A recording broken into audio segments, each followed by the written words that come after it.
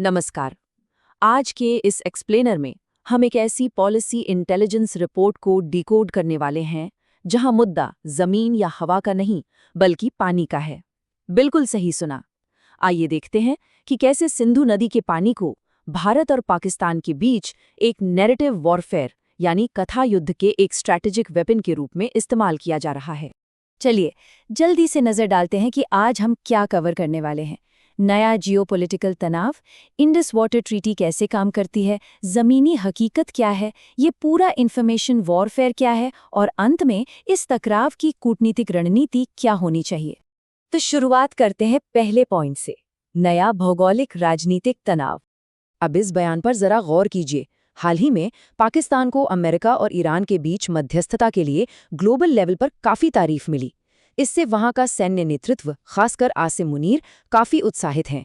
Strategic observers बताते हैं कि सेना अब एक ऐसे टकराव की तलाश में है जिससे उनके भारी भरकम रक्षा बजट को जस्टिफाई किया जा सके। पाकिस्तान के रक्षा मंत्री ख्वाजा आसिफ का ये स्टेटमेंट सीधे तौर पर कहता है कि अगर उन्हें लगता है कि उनकी जल सुरक्षा खतरे में है तो वो भारत के खिलाफ जंग छेड़ सकते हैं। स्रोत बताते हैं कि पाकिस्तान बॉर्डर पर एंटी ड्रोन यूनिट्स तैयार कर रहा है। मतलब दुनिया के सामने पानी को अब एक कैसस बेली यानी युद्ध के बहाने के रूप में फ्रेम किया जा रहा है। लेकिन सवाल ये उठता है कि इस नए टकराव की आखिर शुरुआत कहाँ से हुई। पहलगाम आतंकी हमले के बाद भारत ने आतंकवाद के कड़े विरोध में एक बड़ा कदम उठाया, जिसे ऑपरेशन सिंदूर कहा गया। उसके तहत भारत ने इंडस वाटर ट्रीटी के इंफॉर्मेशन शेयरिंग कमीशन को अस्थायी रूप से रोक दिया। और सच कहें तो यही वो टर्निंग पॉइंट था जिसने इस मौजूदा डिप्लोमैटिक डेडलॉक की नींव रखी। आइए अब दूसरे हिस्से की तरफ बढ़ते हैं और समझते हैं इंडस वाटर ट्रीटी के बेसिक रूल्स को। हिस्ट्री की बात करें तो आज़ादी के बाद इस जल विभाजन पर लंबे समय तक बातचीत चली। 1951 में नेगोशिएशंस शुरू हुए और अंततः 1960 में वर्ल्ड बैंक की मध्यस्थता यानी मीडिएशन के जरिए पाकिस्तान के राष्ट्रपति अयूब खान और भारत के प्रधानमंत्री पंडित नेहरू के बीच ये ऐतिहासिक समझौता फाइनल हुआ। अब एलोकेशन के इस ब्रेकडाउन पर ध्यान दीजिए, ये थोड़ा इंटरेस्टिंग है। नदियों का 80% पानी पाकिस्तान को मिला और सिर्फ 20% भारत को। ऐसा क्यों? दरअसल भौगोलिक हकीकत यही थी। भारत के ग्लेशियर से निकलने वाली इन नदियों का स्वाभाविक ढलान और नेचुरल फ्लो पाकिस्तान की तरफ ही जाता है। तो उस वक्त की सिचुएशन के हिसाब से यही 80-20 का विभाजन सबसे प्रैक्टिकल और व्यवहारिक माना गया। लेकिन समय के साथ भारत ने अपनी नदियों पर run of the river projects पर काम शुरू किया। अब ये कॉन्सेप्ट समझना बहुत ज़रूरी है। इसका सीधा सा अर्थ है नदी के नेचुरल फ्लो और ढलान का उपयोग करके टर्बाइन घुमाना और बिजली पैदा करना। इसमें कोई बड़े स्थायी डैम्स या वाटर रिजर्वॉयर्स नहीं बनाए जाते। स्रोत दर्शाते हैं कि भारत में कश्मीर और हिमाचल प्रदेश में ऐसे कई प्रोजेक्ट्स बनाए हैं। हालांकि ये प्रोजेक्ट्स पूरी तरह से ट्रीटी के नियम कानून के दायरे में हैं, फिर भी इनकी वजह से पाकिस्तान में लगातार एक बेचैनी बनी रहती है। तीसरे सेक्शन पर आते हैं, स्मार्ट यूटिलाइजेशन बनाम रुकावट। आखिर जमीनी हकीकत क्या है? इन दिनों इंटरनेशनल हेडलाइंस में एक बड़ा सवाल गूंज रहा है। क्या भारत ने सच में सिंधु नदी का पानी कंप्लीटली रोक दिया है? चलिए इसका एक रियलिटी चेक करते हैं। असलियत ये है कि भारत के पास अभी फिजिकल इंफ्रास्ट्रक्चर ही नहीं है कि वो हिमालय से निकलने वाले इन विशाल नदियों के 80% फ्लो को पूरी तरह से रोक सके। दरअसल भारत ने स्मार्ट यूटिलाइजेशन शुरू किया है।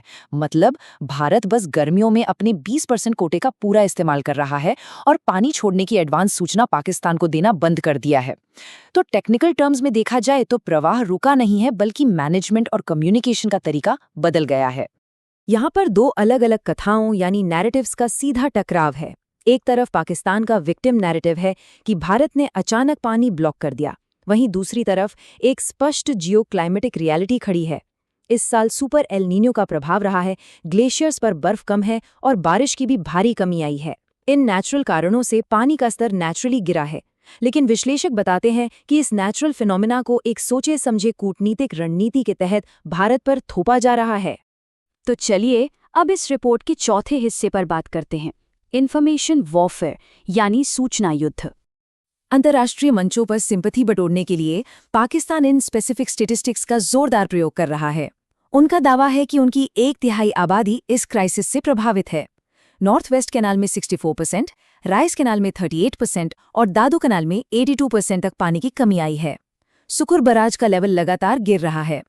इन मैट्रिक्स का बस एक ही टारगेट है, ग्लोबल ऑडियंस के दिमाग में एक ऐसी पिक्चर सेट करना जहां उनके किसान एक भयानक मानवीय संकट से जूझ रहे हों। लेकिन यहाँ एक बहुत ही आश्चर्यजनक विडंबना यानी आयरनी सामने आती है।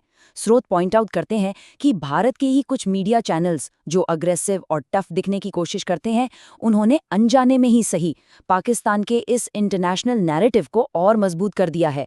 जब टीवी पर भारत ने पाकिस्तान को प्यासा मार दिया या वाटर बॉम्ब फोड़ दिया जैसी सेंसेशनलिस्ट सुर्खियां चलती हैं, तो पाकिस्तान एक्चुअली उन्हीं क्लिप्स को आगे करके दुनिया को दिखाता है कि देखिए, भारत खुद मान रहा है कि उन्होंने पानी रोका है। इस नैरेटिव युद्ध के पीछे की मूल कूटनीति को समझना काफी इम्पोर्टेंट है। दशकों से भारत की एक क्लियर रेड लाइन रही है, आतंकवाद। अब पाकिस्तान इस पानी की कमी को अपनी नई रेड लाइन बनाकर पेश करने की कोशिश कर रहा है। वो दुनिया को ये बताना चाहते हैं कि आतंकवाद तो एक अलग मुद्दा है, लेकिन पानी की कमी एक ऐसी रेड लाइन है जो उन्हें एक्ट ऑफ वॉर के लिए मजबूर कर सकती है। ये एक तरह से खुद को विक्टिम दिखाने की कोशिश है। तो अब आते हैं अपने आखिरी और सबसे अहम हिस्से पर, स्ट्रेटेजिक काउंटर डिप्लोमेसी। भारत के लिए आगे का रोड मैप क्या होना चाहिए? स्रोतों द्वारा बताए गए इन 4 पॉलिसी रिकमेंडेशंस पर ध्यान दीजिए। पहला, पानी के विवाद को हमेशा आतंकवाद के विषय से स्ट्रिक्टली लिंक करके रखना। दूसरा, ग्लोबल साउथ और खाड़ी देशों से इन्वेस्टमेंट अट्रैक्ट करना। तीसरा, तेजी से अपने देश के भीतर वाटर इंफ्रास्ट्रक्चर को और मजबूत करना। और चौथा, अंतर्राष्ट्रीय न्यायालय यानी आईसीजे के लिए अभी से एक मजबूत क्लाइमेट चेंज डिफेंस तैयार करना। इनमें से ये फाइनेंशियल शील्ड का कॉन्सेप्ट काफ़ी मजबूत और इंटरेस्टिंग है। इस स्ट्रैटेजी के तहत अगर Bharat UAE, Saudi Arabia, Qatar, Egypt और इंडोनेशिया जैसे देशों से भारी निवेश सिक्योर कर लेता है तो एक बड़ा बफर बन जाता है। सोचिए, जब इन ग्लोबल पावर्स का पैसा भारत में लगा होगा तो वे नेचुरली किसी भी मिलिट्री कॉन्फ्लिक्ट का पूर्ण विरोध करेंगे ताकि उनके एसेट्स सुरक्षित रहें। ये आर्थिक रिश्ते एक ढाल बन जाएंगे। और दूसरा अहम पॉइंट है क्लाइमेट रियलिटी डिफेंस। भारत को पानी रोकने वाले किसी फॉल्स नैरेटिव को बढ़ावा देने के बजाय दुनिया को अपनी खुद की सीरियस वाटर रियलिटी बतानी होगी। भारत को इंटरनेशनल कम्युनिटी को समझाना होगा कि बढ़ती जनसंख्या और कृषि के दबाव के चलते हम खुद एक भयंकर जल संकट का सामना कर रहे हैं। अपने 20% कोटे का पूरा उपयोग करना कोई वेपनाइजेशन नहीं है, बल्कि देश की एक बहुत ही बेसिक ज़रूरत और क्लाइमेट रियलिटी है। इस पूरे विश्लेषण को देखने के बाद एक बड़ा सवाल दिमाग में आता है, आज की आधुनिक भौगोलिक राजनीति में आखिर वॉर जीतता कौन है? वो जिसके पास ताकतवर हथियार हैं या वो जो वैश्विक कथा यानी नैरेटिव को कंट्रोल करता है? इंडस वाटर विवाद अब महज कुछ नदियों का स्रोत नहीं रहा, बल्कि नैरेटिव वॉरफेयर की एक सटीक मास्टर क्लास बन चुका है। इस रिपोर्ट के एक्सप्लेनर में आज के लिए बस इतना ही। उम्मीद है कि ये एनालिसिस आगे की हाइड्रो डिप्लोमेसी को समझने में मददगार साबित होगी।